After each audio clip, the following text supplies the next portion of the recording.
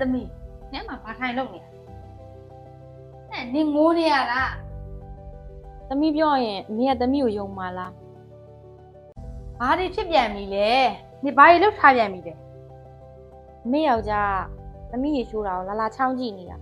တိမ်မောင်းလည်းမနေတော့ မဖြစ်နိုင်ပါဘူး तू ကဘာလို့ဒီလိုအလုပ်တွေကိုလုပ်မှလဲ तू ကနင့်ကိုသမီးလေးအရင်တယောက်လိုချစ်တာလေဒီမဖြစ်နိုင်တာရှောက်မပြောနဲ့ အမေကသမီးပြောရင်မယုံဘူးဆိုတာသမီးတီးပြီးသားပါအမေသိလားဒီနေ့အမေယောက်ျားကလေသမီးရေချိုးတာကိုချောင်းကြည့်သွားရုံနဲ့မဟုတ်ဘူးရေချိုးကန်တကားကြီးကိုအတင်းဆွဲဖွင့်တာတော်သေးတာပေါ့ခဲလေးကနေတေချာလော့ခတ်ထားလို့ပြီးတော့လေသမီးကိုချင်းချောက်သွားသေးတယ်ဒီကိစ္စတွေကိုနင့်မေပြန်ပြောရင်တဲ့